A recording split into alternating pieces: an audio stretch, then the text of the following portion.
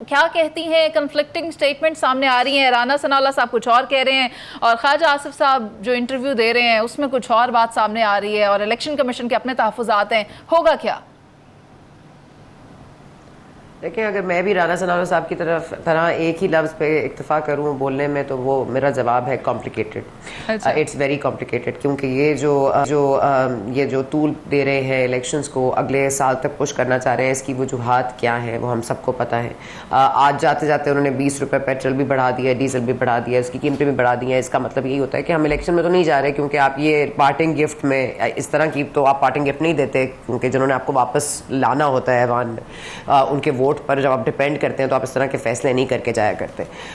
तो जाहिर है कि ये जो नीयत है ये जाहिर है कि बिल्कुल ही साफ़ है, और जो आइन है वो मौजूद है, लेकिन अल्लाह माफ़ करे कोई उसको देख नहीं रहा, कोई उसको पढ़ने की तौफीक किसी को नहीं है। इस मुल्क में काउंसिल ऑफ कॉमन इंटरेस्ट का भी इजलास हो जाता है, उसमें जो कानूनी जवाज़ है कि क्या निगरान सेटअप वहाँ पर बैठ सकता है, क्या निगरान वज़ीर आला उसमें होने चाहिए नहीं होने चाहिए, that is an important point. अगर ये हो सकता है, अगर पंजाब और खैबर पख्तूनख्वा में इलेक्शंस डिरेल हो सकती हैं, अगर इस मुल्क में आपने सेंसस कराना है, मरदमशुमारी करानी है, उसके लिए आपको 2/3 अक्सरियत की मौजूदगी ज़रूरी है, तो वो आपके पास वो राइट है नहीं। आप ये हवा में करेंगे, ये मरदमशुमारी कहाँ पे आप इसको नोटिफाई करेंगे, कैसे इसको आप लीगलाइज करेंगे, ये तमाम इशूज़ हैं जो सिर्फ मेरा ख्याल है टाइम बाय करने के लिए किए जा रहे हैं। लेकिन याद रहे कि मैं सिर्फ ये समझती हूँ कि इनकी जो मेट पे चेक मेट होगा वो ये होगा कि इनको ये याद रखना पड़ेगा कि सितंबर में जब एक चीफ जस्टिस जाएंगे तो दूसरे चीफ जस्टिस पाकिस्तान तशरीफ लाएंगे, जिनसे उन्होंने बहुत सारे काम लेने हैं और जिनके आगे बहुत सारे इनके केसेस ने जाना है।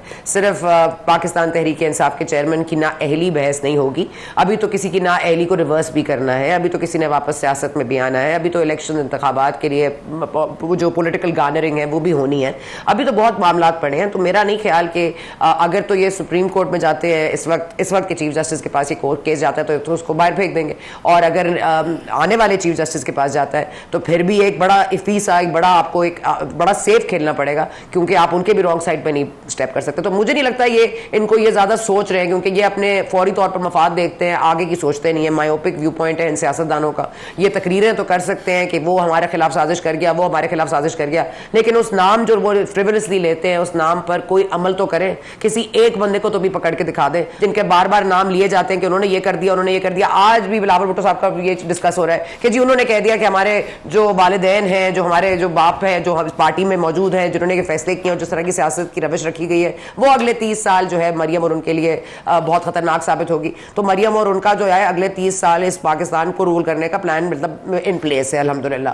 तो मेरा ख्याल है कि अगर ये उन्होंने अपनी कल सीधी करनी है तो पहले तो अपने आप को सीधा करें। लोग लेजिस्लेशन खेल रहे हैं जिसमें आपस में भी इत्तेफाक नहीं है, पार्टी में के अपने अंदर इत्तेफाक नहीं है अल्हम्दुलिल्लाह, और बात कर रहे हैं जी हमारे पास तो अक्सरियत है, हमारे पास तो फलाह है, हमारे पास तो अवाम का वोट है। 2017 के जो बार बार इकोनॉमी का वो कहते हैं उनको बोले उठ जाए, सुबह हो गई है, हम 2023 में मौजूद हैं, जरा निकल आए इस अभाव से कि हम वहीं मौजूद हैं। बार बार लोग 2023 की महंगाई में 2017 की अब रिलीफ को याद नहीं कर सकते। माजरत के साथ कुछ करना पड़ेगा और इनके पास कोई प्लान नहीं है, लेकिन कोई इलेक्शन नहीं होने जा रहे, सेनेट इंतखाबात के पहले क्या कॉम्प्लिकेशन होती है वो देखना पड़ेगा। लेकिन मुझे लगता है सुप्रीम कोर्ट विल इंटरवीन। तजिया तो उस पर किया जा सकता है जो चीजें आपको नजर आ रही होती हैं, और हमें तो नजर आ रहा है ये कि आइन को कुछ नहीं समझा जा रहा, कानून से मुबर्रा हो गई हैं जमातें, अपने अपने रूल्स और रेगुलेशंस बना लिए हैं, वो हर आर्टिकल को हर प्रोविजन को अपने हिसाब से देखते हैं, उसमें वो हर लफ्ज़ डाल देते हैं अपने इमेजिनेशन में। जो कभी 63A के ऊपर फैसला आया था जिसके ऊपर बहुत कहा गया था कि आपने री राइट कर दिया है कॉन्स्टिट्यूशन को। तो मेरा ख्याल है ये तमाम तर मजाक जो हो रहा है इस मुल्क में, ये जो महंगाई का तूफान है, ये तो कहीं नहीं थमने वाला।